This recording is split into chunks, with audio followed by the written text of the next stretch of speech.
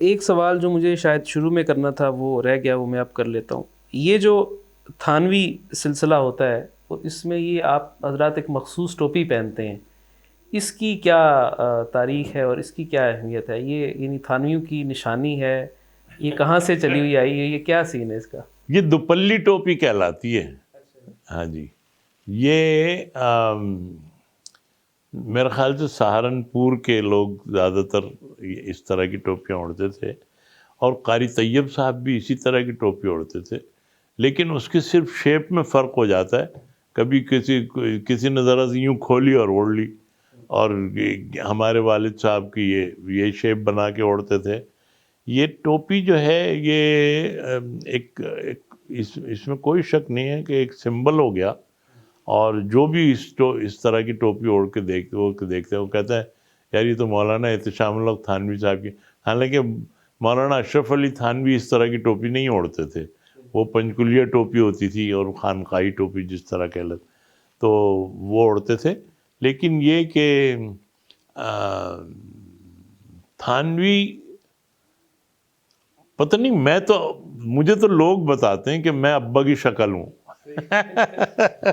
تو اور میں نے جو یہ حلیہ اختیار کیا، ہمارے والد صاحب اصل میں جب ارادہ کیا تھا کہ علم دین حاصل کریں تو ہمارے والد صاحب بڑے ابا کے پاس گئے، بڑے ابا مولانا اشرف علی تھانوی رحمۃ اللہ. تو ہمارے دادا نے کہا کہ جاؤ بڑے ابا کو بتا کے آؤ کہ تم علم دین پڑھنے جا رہے ہو، اور جا کے ان سے نصیحت لینا کوئی.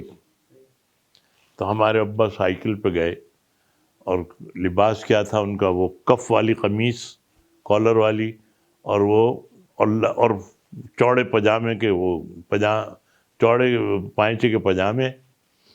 اب وہ پہنے ہوئے جناب وہاں پہنچے تو اور ترکی ٹوپی. سائیکل پہ پہنچے، جا کے بڑے ابا کو بتایا کہ میں علم دین پڑھنے جا رہا ہوں. بہت خوش ہوئے. انہوں نے کہا کہ کوئی شخص جو ہے وہ تمہارے گھر میں کوئی علم دین نہیں پڑھ رہا تھا، سارے بھائیوں نے انگلش تعلیم حاصل کی، بڑی خوشی ہوئی کہ تم جا رہے ہو یہ کر کے. تو انہوں نے کہا بڑے ابا کوئی نصیحت؟ تو انہوں نے کہا بس اپنا لباس بدل دو.